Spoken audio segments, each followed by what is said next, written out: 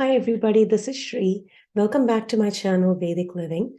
Today I want to continue our series on the nakshatras. And we will be talking about the nakshatra called Ardra. Before we go further into the nakshatra details, my website is www.vedicliving.com. Make sure you visit my website and sign up for my free newsletter. I do send out a free newsletter every month with the predictions for the upcoming month. And another thing that I also want to remind you is to make sure that you check out my articles on my website. I have been posting articles regularly, and I hope you like those. Now let's move on to talk about the Ardra Nakshatra. Now, the Ardra Nakshatra, it is a very intense nakshatra. This is pretty unique, okay? And the location of this nakshatra, it is between 6 degrees 40 minutes and 20 degrees of Gemini, okay? Now, this particular nakshatra, and one more thing before I move forward, the degrees that I'm talking about are sidereal. They're not tropical, okay? These are Vedic sidereal degrees. Now, this particular nakshatra, it is rich in its mythology, okay? This Ardra Nakshatra, its symbology to begin with is the teardrop. Now, they also call it the moist one, okay? Now, because the symbology is the teardrop, it is associated with a lot of problems in the native's life. If the moon is in Ardra, the native can have a lot of troubles and tragedies in their life. But here's the other side of that coin. I've seen that through these tragedies, they become very, very strong individuals. They become very self-assured because they've seen it all. They've resolved it all. They've gone through and overcome these obstacles in their life. So as they grow older, they become stronger. But as children or as young adults, Ardra is a tough nakshatra to have, because when you have your moon there, and not all the time, but when you have difficult transits on your moon, like Sadhisati, for example, when Saturn's going over that particular moon, when Saturn is transiting that moon, it can bring immense difficulties for the individual that they will have to overcome and learn from. Okay. Now, if the moon is in Ardra, the mother could have had a tough life too, because moon is indicative of the mother. If the sun is in Ardra, it could be the father who's had a tough life. So, and so on and so forth. So now, another thing I also want to talk about is the deity of Ardra Nakshatra. It's Rudra.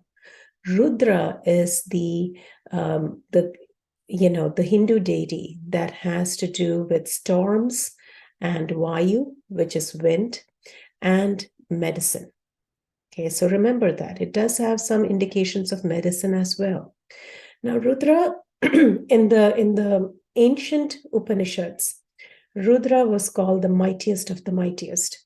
So, he was considered the most strongest incarnation of Lord Shiva. Lord Shiva's Rudra avatar, he takes on the Rudra avatar to destroy the illusion, to dispel the illusion.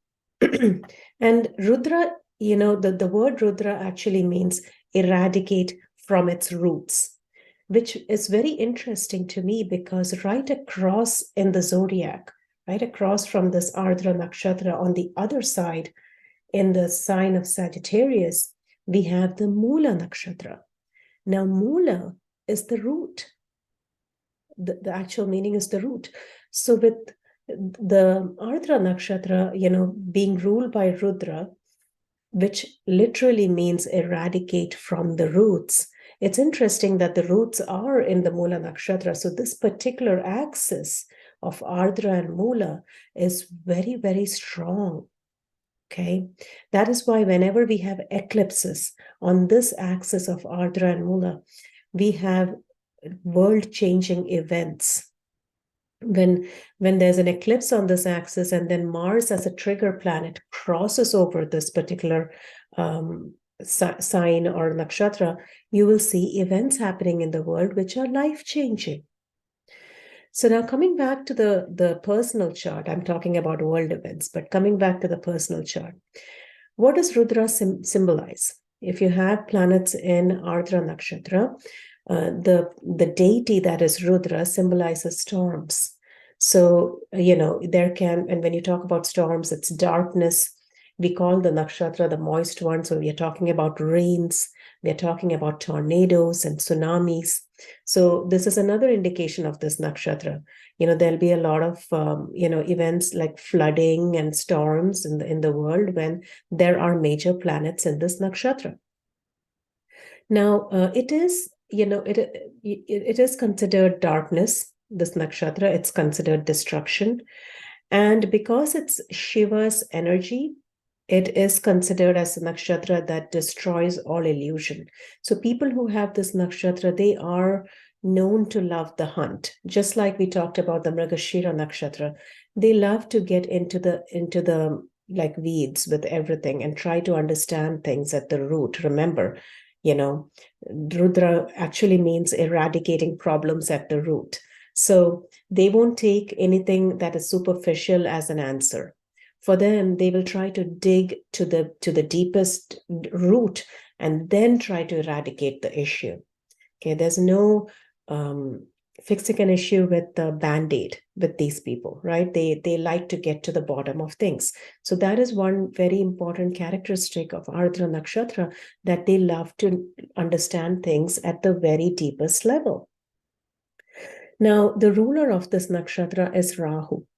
Rahu being the ruler of the nakshatra, again, like I was saying, the eclipses, when they fall here, they become very, very powerful because the eclipse itself is caused by the nodes, Rahu and Ketu, and this nakshatra is ruled by Rahu. So it does have a lot to do with extravagance, but although I have to say with Ardra Nakshatra, more than extravagance, I've seen obsessiveness, over the top behavior.